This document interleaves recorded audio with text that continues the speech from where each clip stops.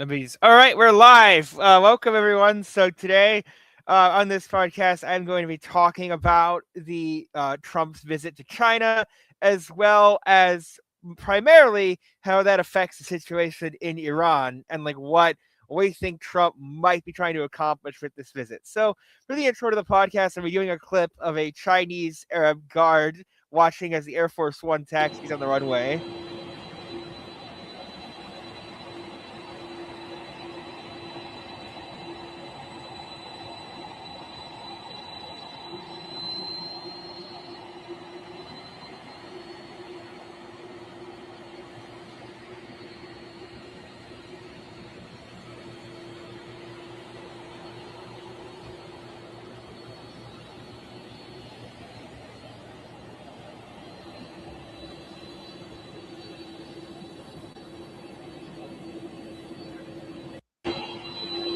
Damn, see if you look at that's pretty cool, isn't it? Like there's like watching the guy like just sit there while Air Force One turns around. Yep, that would be a cool vantage point to be that guy. I mean, Yeah. I mean, and just the fact that he just sit there and stood there while that big Boeing 747 was turning on the runway and like, like goddamn, like that's a crazy picture to get. Like, I mean, yeah, that would be a cool job. One of those honor guardsmen. You get to meet all sorts of heads of state. yep. Well, yeah, I would just say this. Yeah. So first of all, like about the China visit. So besides Iran, like what do you think Trump's trying to accomplish with the China visit? Because he's bringing along a bunch of tech CEOs. So it seems to me that he's trying to get some sort of like investment or technology agreements out of the Yeah, war. some sort of trade deal or tech agreement in exchange for China not supporting Iran or even joining efforts to resolve the war on U.S. Oh yeah, terms. because yeah. That's Oh my oh best oh oh guess. totally, yeah. Which is why they brought along the CEOs are obviously brought along for a reason, and that reason being the fact that yeah, and that reason being the fact that like they're going to make some sort of deal with regards to trade. I heard rumors about China buying some Boeing planes as part of that deal, like. But they also probably gonna have some Absolutely. stuff regarding AI or technology because they brought along Elon Musk and the CEO of Nvidia and stuff like that. So I just can do some sort of technology deal between the Some sort of countries. technology deal. And, it's also interesting that Musk is apparently back enough, at least, in Trump's good graces that he gets to fly on Air Force One, though, as you said, it's with a bunch of other tech people. He Yeah, no longer has the status he once did. I don't really think he has the status that he once does of being this omnipotent guy that we think is like taking over the government. Because you gotta remember, like Elon was always seen as this omnipotent figure in the Trump Yeah, like the, administration. the Now, shadow president, essentially, and that lasted all of 3 months at most. I mean, oh yeah, totally. And then eventually Trump like got Elon out of his way. Like, he didn't put him in the position that he had before. yeah, and of course the two ultimately fell out. So what's next for this video? So I'm gonna say this. So like, do you think Trump? I do not see Trump like abandoning Taiwan in any way. He's always been a China hawk. So I obviously don't see that. I mean, I agree, and I think we need to be careful to not be too we need to be careful not to be too pessimistic about Trump because like well does some bad stuff. It's like there's a logic to him and like Trump being China hawk has always been the part of his administration. yeah, it's always been part of his identity. So yes, I don't think they're gonna sell Taiwan out, but that topic may come up in the course of this meeting. We might dangle some deal of, oh, we won't do exercises near Taiwan, something of the sort. Yeah. Again, this is all just spitballing, but it could happen.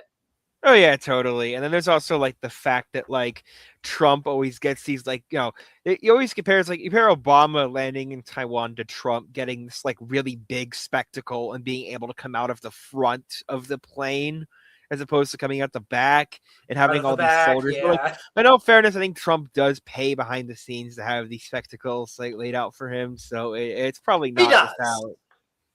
And I think Trump is somebody who likes spectacles, so like that's why China always like rolls out the red carpet for him and stuff like that. It's something that he likes personally. He has, yeah, that's the thing. He has a big ego, and they know this. Like every dictator around the world essentially knows this because they know to welcome him in with to just make a very big deal about him. Yeah. No, what's funny is that China is like, I mean, Xi does kind of know how to impress Trump with all these like displays that he brings and all that. Like, Exactly. Yeah. yeah, I mean, I could actually see, I could definitely see that and all. Like, and also at the same time, also I mentioned on the podcast, there's apparently going to be some negotiations between Israel and Lebanon. Which again, he might play some role in, but Yeah, we'll and I'm see. thinking that the U.S. probably will play some sort of mediator role in that. Now, I'm not too knowledgeable on Lebanon, but I know the whole issue is like Israel trying to get Lebanon to get rid of Hezbollah because, like, Hezbollah, brought Lebanon into war with Israel, but the actual Lebanese government and most Lebanese people besides Hezbollah, they pretty much don't want it. Like, most people are not Right? Yeah. particularly Like into they're Israel. tired of just endless wars with Israel. Oh yeah, And no, I so think that so. would So be something he Lebanon, would be out to so resolve. yeah, so Israel is going to be talking with Lebanon to disarm Hezbollah. I do wonder, like, is Israel going to occupy southern Lebanon or no? I mean, I think probably not, but I would say not in the long run. They might, if as part of the process of disarming Hezbollah, they might do it in the short run. yeah, But I but I don't don't see see a any long long term term occupation commitment of like the of one, yeah, like the Lebanon. one before 2000. I don't think that's going to happen again. Yeah, but yeah, because there actually was an Israeli occupation of southern Lebanon a while back, but they Yeah, have since from withdrawn. from the late 70s until 2000, and it was withdrawn because in large part of the human cost, and it was a big quagmire. And that's what allowed Hezbollah to take control of that area, basically, and to launch attacks against Israel from it. Well, yeah, it's because Israel didn't really lose that war; they just like withdrew because it was expensive, and then like. We're right, exactly. Okay, so what's So, next so in speaking terms of of so speaking of which, I say like all right. So sorry, what were you gonna Yeah, so say? speaking of, so about Lebanon, it's like so I think we're about done with Lebanon. So the other thing is that like apparently Iran has been attacking Kurds in Iraq. As well, they've been striking positions of the Iraqi Kurds. Jeez, I mean Yeah. that's a big escalation. I could kind of see that because like there was at the start of the war, like the Kurd, like Trump, there were always rumors of the Iraqi Kurds invading Iran, but well, the Iraqi But Kurds are according kind of to a Trump, mixed they were bag. supposed to funnel arms to the Yeah, Iranian and protesters, apparently, and they and that never were materialized. accused of stealing arms. We don't really know who to believe here because, like, we don't like. I've never seen the weapons directly in the hands of the Kurds. This is something I think Trump just said. Yeah, he The just says a lot Iraqi of stuff, Kurds, the Iraqi Kurds are kind of like not sure. I don't think the Iraqi Kurds are massively well, they don't like the Iranian regime, but like I don't think they're like they've They been don't gung want ho war. I about don't think they're eager invasion. for war. And I think like the Iraqi Kurds, they don't really trust America either as well. So I mean, that's part of the reason why they may have taken the weapons for themselves, if they did. If it's true, which is a very big if, I gotta Yeah, say. and then there's the other point before the big topic is like Israel is apparently having a secret meeting with the United Arab Emirates, and apparently they've been giving them defensive weapons against Iran. Right, over some kind of arms deal. Yeah, I would not be surprised if this was true. Yeah, that's Because, very obvious. It's like, yeah. We go ahead. which I mean, it goes back to it's kind of ironic simply because the whole supposed, at least, point of October 7th of launching that attack was to disrupt Arab-Israeli normalization, especially among the Gulf countries. But it's led to deep, and of course, this Iran war is a long-term consequence of October 7th and what happened there. And I was going to say it's led to deeper cooperation among the Gulf Arabs in particular and Israel. Oh yeah, totally. I think it has actually led to more, especially the Iran war and Iran's attacks on the Gulf countries have made Kuwait, Saudi Arabia, and the United Arab Emirates much more willing to cooperate. Israel has been, Israel has been kind of normalizing with the UAE, but I think the war made it way more. The war has escalated it, absolutely. The war definitely escalated it compared to what it was before.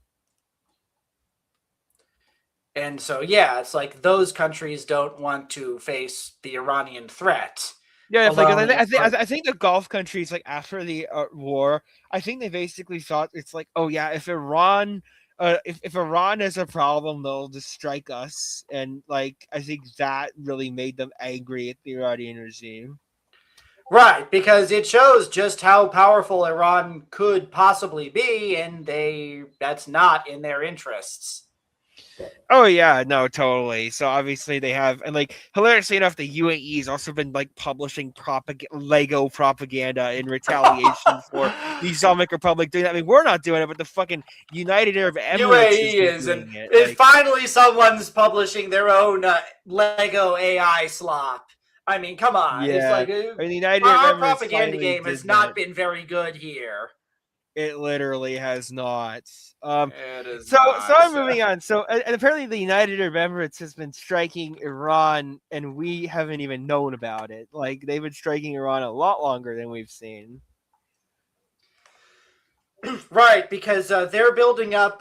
They're building up quite a serious military from the looks of it. Oh yeah, they actually are. They've apparently been striking Iran. They've been striking targets around the Strait of Hormuz and all that. But so moving on. So I don't go to the big topic of today. It's what do you think, Trump is trying to accomplish with these China talks in regards to Iran? I mean, I think I personally think it's about ensuring China doesn't do too much to support Iran. Oh yeah, I think that would be my guess. I think the reason Trump is holding off to strike China, okay, so I thought personally because my thought process was Trump may strike Iran before the China visit as a surprise attack, but that's not really happened. I mean, he could still strike tomorrow. I mean, who knows? He could still. That would be 2017 because in 2017 Trump made attacks on Syria during a meeting with China, so Trump may right. And I remember there was also the North Korean crisis that year that a lot of people were clutching pearls would escalate into a world war and just didn't. And he met with Kim Jong-un the following year. So I do doubt that. He's unpredictable in that way. Oh yeah, he almost certainly is. He likes to make his enemies not know what he's gonna do. I mean, he does the same thing with makes his allies not know what he's gonna do, but he makes other countries not know what he's gonna do. I think yeah, I think with regards to the strikes, I mean, he's probably going to strike. He's either going to strike now or right after his visit with China. If he doesn't strike during the visit, he's going to strike after because I think he's trying to get assurances that China is not going to support Iran. Or what he's going to do is China, obviously, they economically hurt by the war because they get cheap Iranian oil from the war, so they want the war to end because the Strait of Hormuz closing is actually hurting their economy as much, if not more, than America. So what I think Trump is going to do here is he wants China to try and make Iran make a peace deal and then have them fail. So once he fails, he can get a green light from China to go in and regime change as the only way to ensure some kind of peace in the future. Yeah, exactly. I would agree. And because, again, he doesn't want to be seen as the aggressor, basically. Yeah. He doesn't want to be blamed for the effects of this war Oh, economically. yeah, I would say that's genuinely fair, but I also don't think that he realistic. I mean, I think like the thing about is like I think Trump also like so what I think is so I think happened is that like so some people are not going to agree with me in this. I'm not even sure some people in the server agree with me at this, but like so I think for like the first few months, definitely in April and March, I think Trump did actually want a deal of some sort with the regime. And he did tweet multiple times, "Oh, regime change has already been achieved," and that Which, I mean, I those think is just bluff and blustering. and those tweets were probably putting pressure on them to make some sort of deal. So I think for a while Trump did actually want a deal, but I know this is going to be controversial. I'm going to say this. I know some people are not going to agree with this, but those tweets about Trump saying regime change has been achieved. You remember those, right? I mean, remember you look those. at his you look at his Truth Social. He hasn't posted that in nearly a month.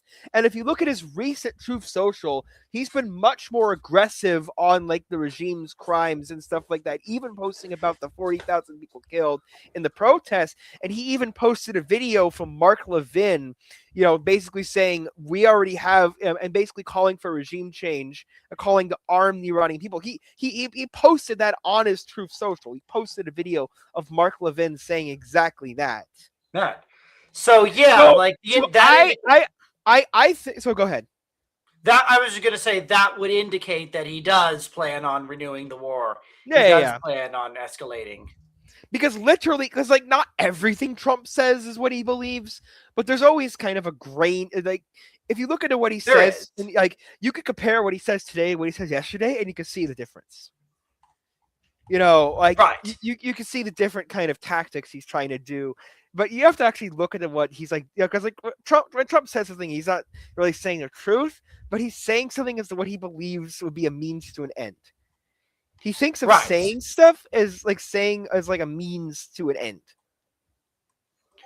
Right, so, and that is why he has refused for so long to commit to some kind of a solution on Ukraine. It's just, we want peace, we want blah, blah, blah, and hasn't really, hasn't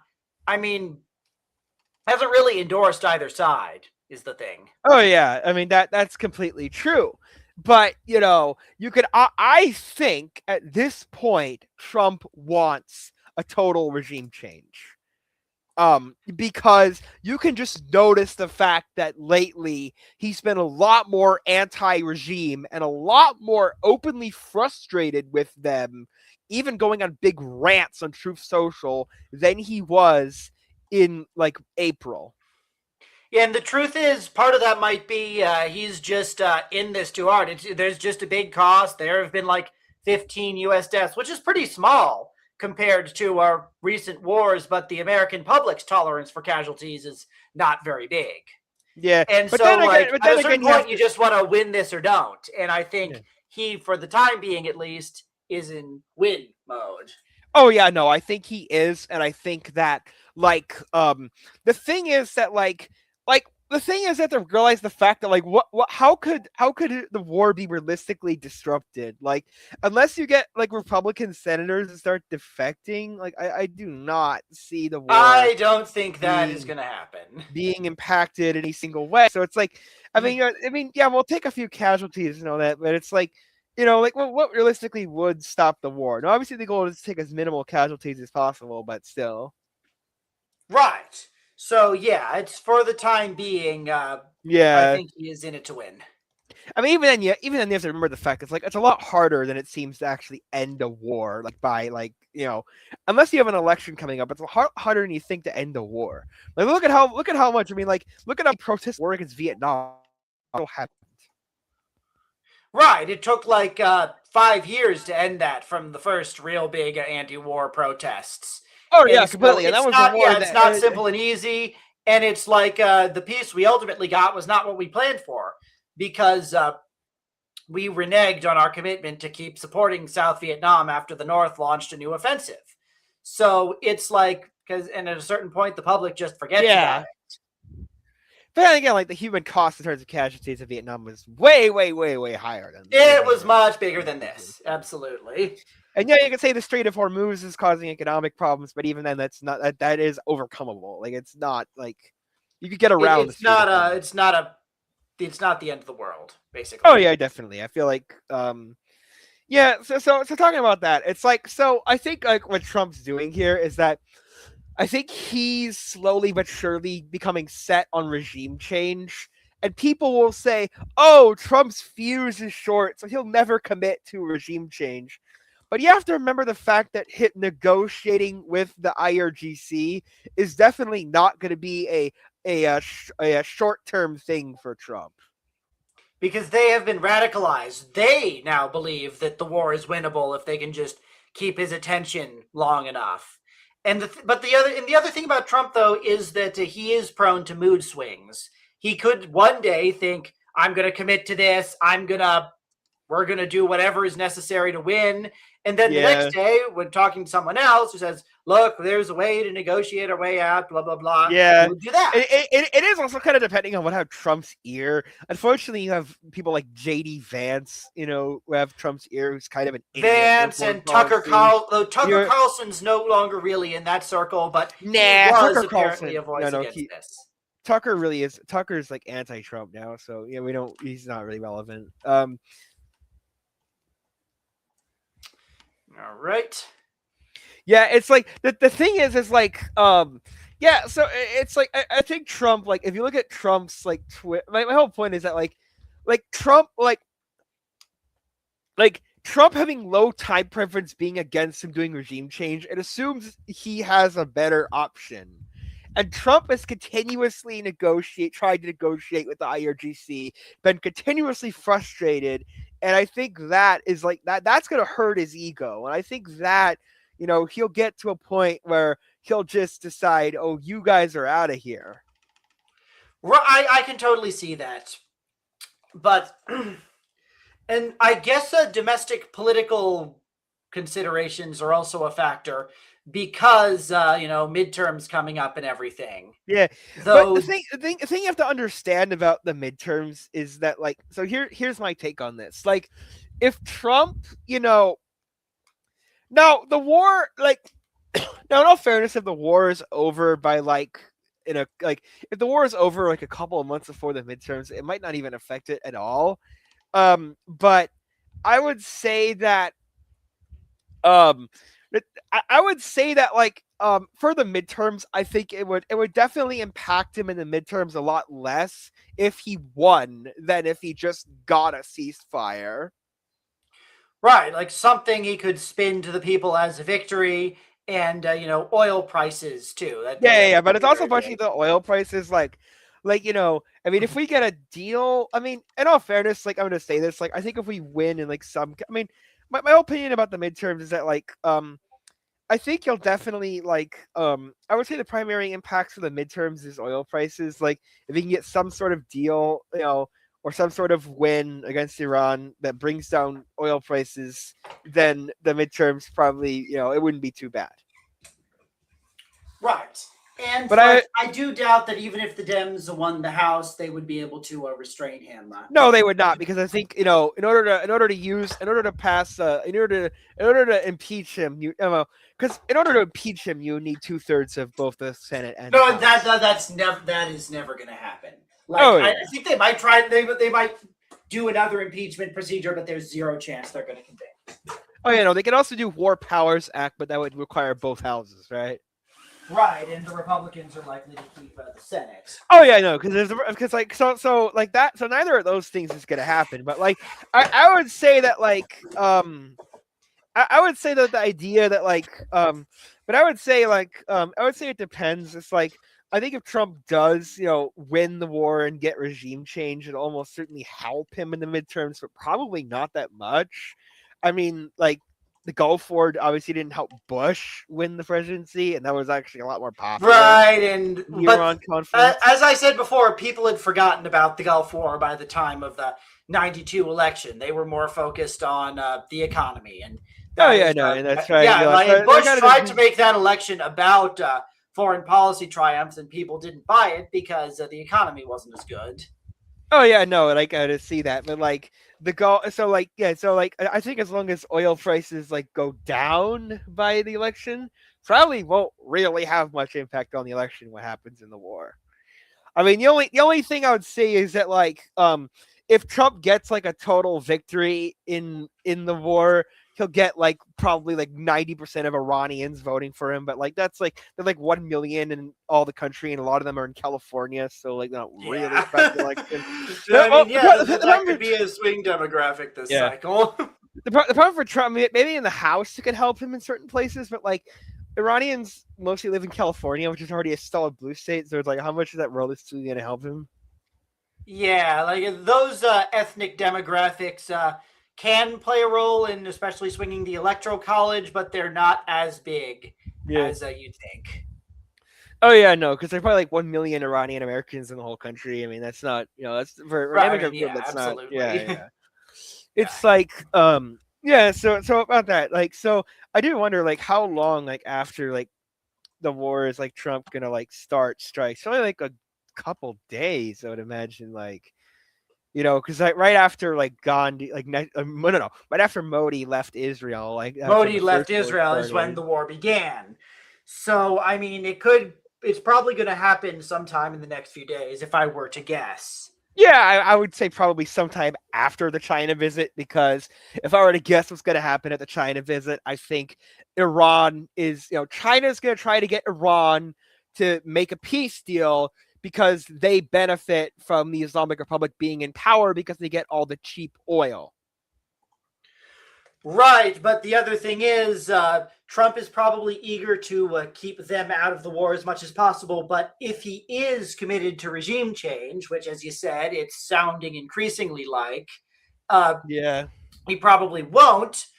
China probably won't back down or will support Iran because, as you said, well, yeah. Basically, the reason for that is because the Islamic Republic is sanctioned by most of the world besides China.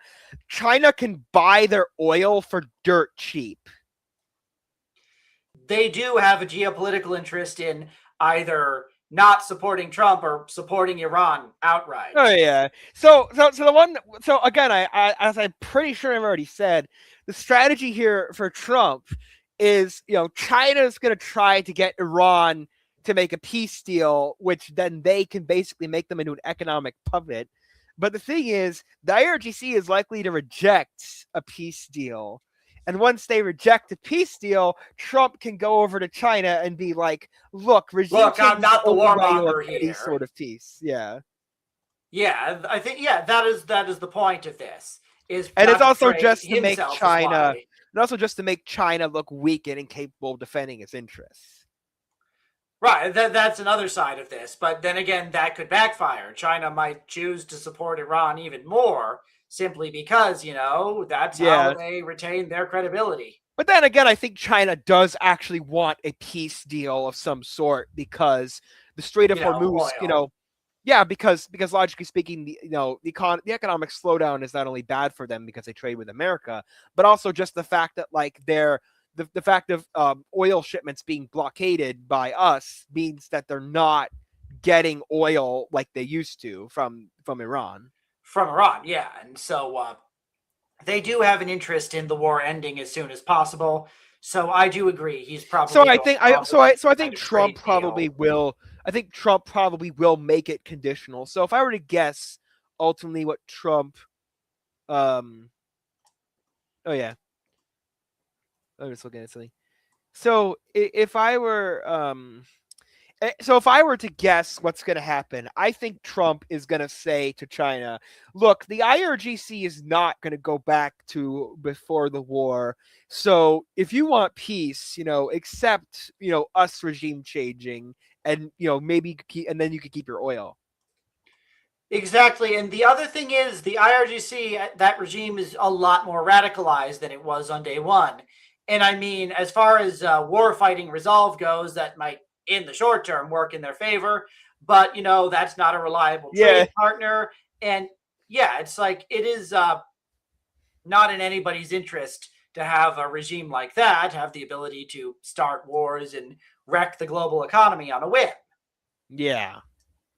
But of course, it's so logically speaking, I think so that's exactly what I think is going to happen out of that summit, and that explains why Trump is not striking Iran, before. And I know Right now, yeah. the UAE's been striking Iran, but not Trump, because I think he is waiting for an ability to make his case to China. Basically, a way of giving the Iranians a chance. Well, I mean, giving the Chinese a chance to divest from Iran, and when that likely doesn't work, to begin bombing again. Oh yeah, no. So I also think the whole diplomatic game of putting Iran in front of China and having them reject the deal in front of the Chinese face, just I think that's the whole goal of this visit. Right, because it would show that they are radicalized, they're insane, they're willing to blow up the whole global economy to serve their geopolitical interests. And that's fundamentally, that sort of partner is fundamentally not very good, not very reliable. I mean, you just make a comparison. Do you ever see Ukraine doing anything like that? I know they hit Russian oil refineries, but you never see Ukraine just closing the Sea of Azov to other countries just for the war. No, you don't. And I mean, there's a very practical reason for that is they would lose a lot of the international support they need to fight on.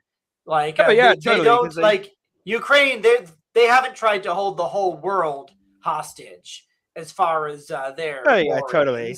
I mean, they bombed Russian oil refineries, but logically speaking, they haven't stopped other countries from transiting, through Ukraine. They still even export food to the rest of the world, even when they're at war, and they let Russia do the same.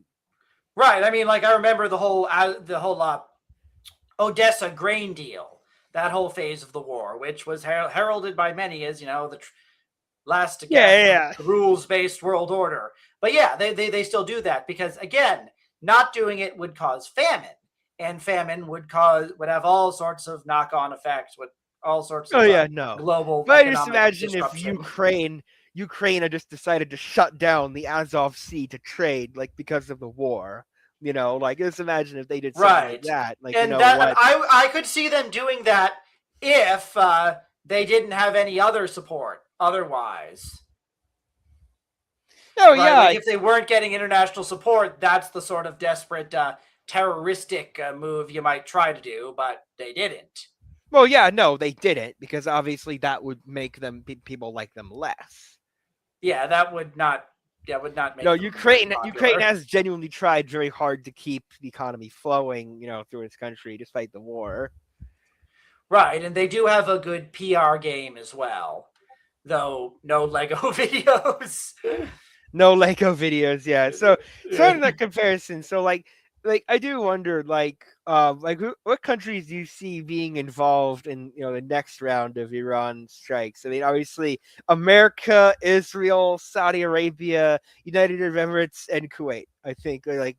I would agree. Yeah, those are the most likely to get involved. Yeah. Also, apparently Iran tried to invade Kuwait, and there was news of that covert operation that got thwarted by the U.S. and Israel. Oh yeah, no. So I see so that's for the countries I think hilariously enough, Saudi Arabia and the United Arab Emirates might be striking Iran right now, and we don't even know.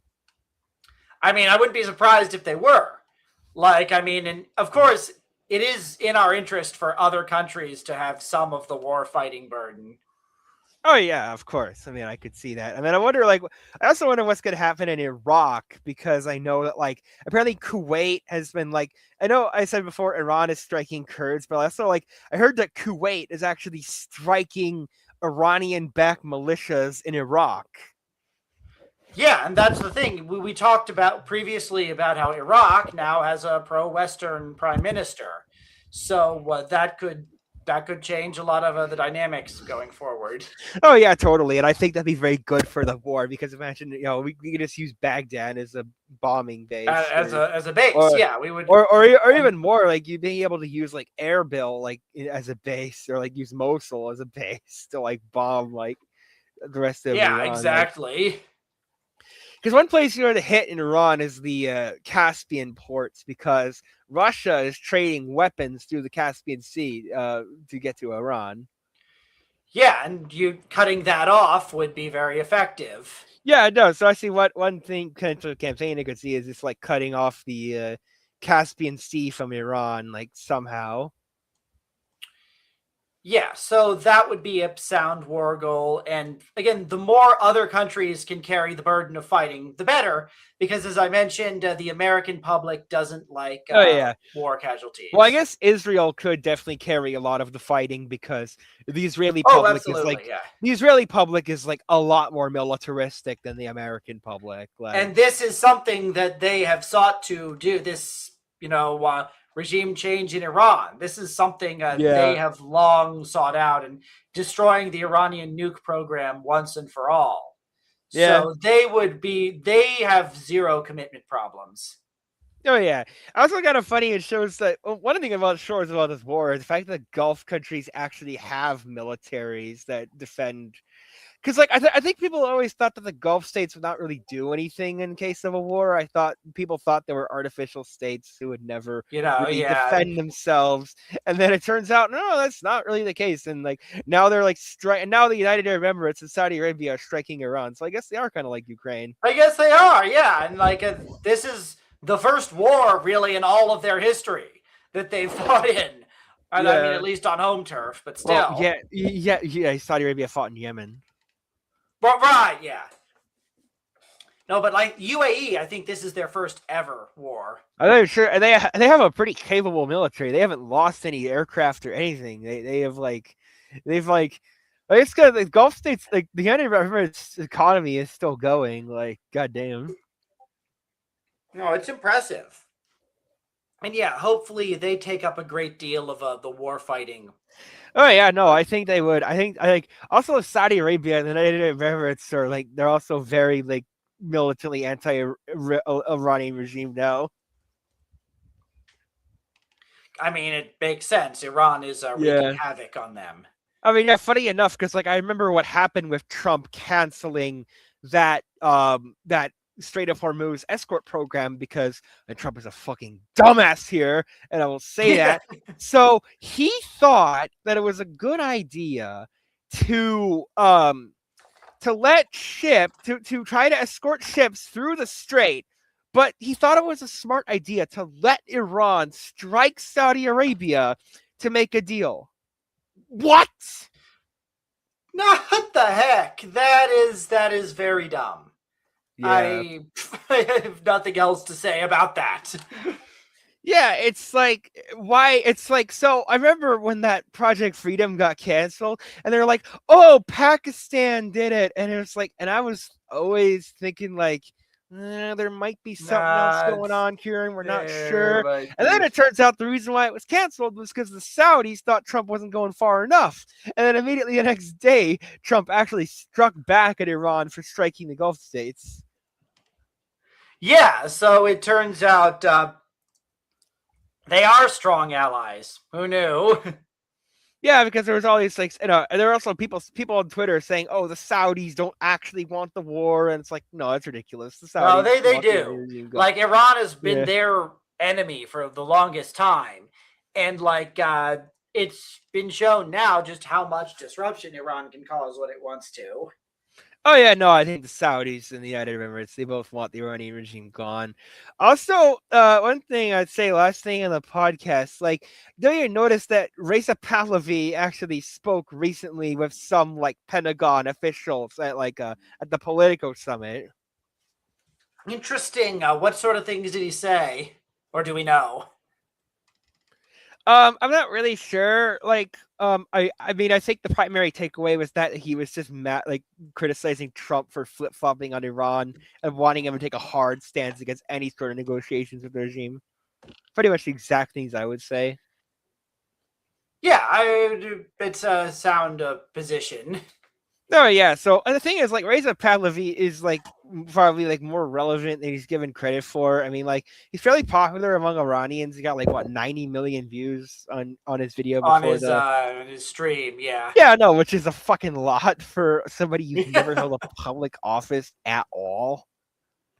It But also not to is. mention I the fact mean, that he's been like increasingly gaining like more prominence in like American politics. Like, a year ago he was actually canceled from CPAC because of some rumored ties to the IRGC. But this year he was obviously able to make it to CPAC, and now right. you see him and now you see Reza Pahlavi going to like security summits with Pentagon officials. Yeah, he's really boosted himself, and you often hear he has no support inside Iran, but that doesn't seem to That be is true. obviously ridiculous. Okay, one thing I would say, if Reza Pahlavi had no support inside of Iran, there would be absolutely zero reason to shut down the internet, as that is absolutely fucking bad for the country, and it's not something Ukraine or even Israel or Hamas did in their own countries. Like they didn't even shut down the internet. Like the Iranian regime shutting down the internet is for the exact reason they fear Reza Pahlavi more than anyone because he's actually popular inside of Iran.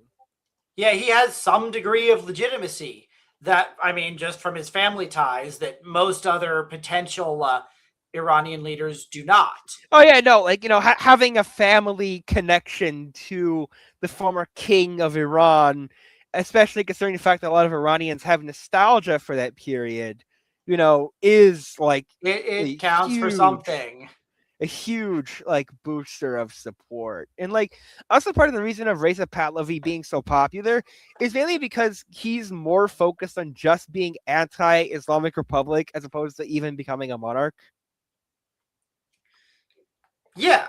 I mean, like, I think he would be happy to lead some kind of a transitional government, even not necessarily as Shah.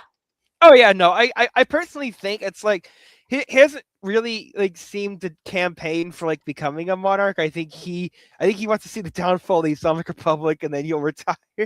As much or as like anyone, or yeah. he'll become like a constitutional monarch like of some kind, which I could see, but like I I don't really could think see, it's yeah, that would so. make sense, but still. It's like the guy lived his whole life in America. I would say his I don't think he's super into like becoming a monarch. I think his more goal is just to see the downfall of the Iranian regime and then to see a transition into a better country. Which, I mean, would be a good thing, and it's something we should root for. And that's the key part of his popularity of just being somebody who like just is like the face of like anti-regime sentiments in Iran, not really taking any sort of political stances or any sort of stances about being for or against the monarchy. Right, because monarchy itself could be controversial, so he is Yeah, pretty yeah, much yeah. So avoiding I think the that. whole goal with that in Iran is just get rid of the regime first, deal with it later, and they'll Yeah, probably be like, we'll climb that hill when we reach it, basically. yeah, I think there'll probably be like a referendum after the war about whether to be a monarchy or to be a republic, and I could see Reza Pahlavi being a constitutional monarch. He is pretty popular, but we have to see about that, and it's not really something I can talk about now. So I think I'm gonna wrap up the It's stream here. It's been like 45 minutes, so Yeah, I would I think say I think we've covered just see about you everything later. we need to. All right, All see right, you see you later. later. Bye. Bye. Yeah.